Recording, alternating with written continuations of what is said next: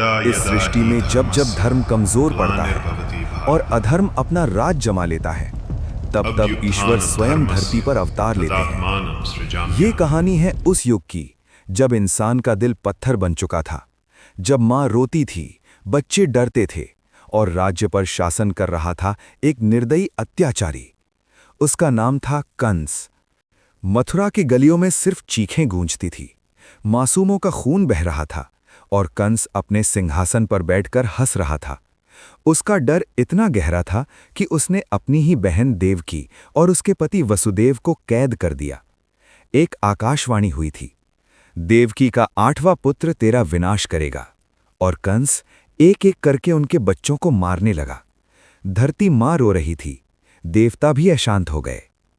जब सहना असंभव हो गया, तब सब देवता एक साथ भगवान विष्णु के चरणों में गए। प्रभु, धरती पे पाप बढ़ गया है, मानव अपनी मर्यादा भूल चुका है। तब विष्णु ने आंखें खोली और कहा, अब समय आ गया है, मैं स्वयं धरती पर अवतार लूंगा।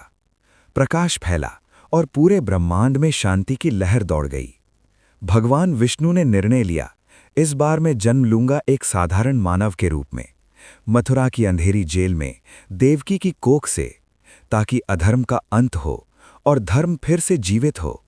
आकाश में तारों ने चमक बढ़ा दी, हवा रुक सी गई। प्रकृति जानती थी कोई महाघटना होने वाली है।